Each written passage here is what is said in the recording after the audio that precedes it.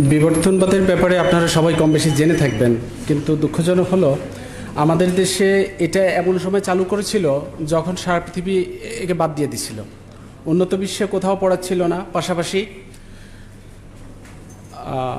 ইন্ডিয়াতে পর্যন্ত বাদ দিছিল। তখন বাংলাদেশ এটা শুরু করছিল, আবার এমন সময় বাদ দিছে যে 23 সালের দেশের লোকজন যখন বিভিন্নভাবে এর বিপক্ষে কথা বলছিল, বিভিন্ন জনমত তৈরি করছিল, তখন বাদ দিছে। কিন্তু শিক্ষা যারা সংশ্লিষ্ট আছেন, যারা বিশেষ করে শিক্ষা কমিশনে আছেন, ওনাদের তো এটা উচিত ছিল যে কোন জিনিসটা কখন ভ্যালিড থাকে, কখন ইনভ্যালিড হয়ে যায়, এটা ওনাদের গবেষণা করে। এটা তো জনগণের ডিমান্ড থাকার কথা ছিল না, তাহলে ওনাদের কাজটা কি? আর এখনও যে পুরোপুরি বাদ দিচ্ছে তা না, ক্লাস 7-এ এখনও বিবর্তনবাদ রয়ে গেছে।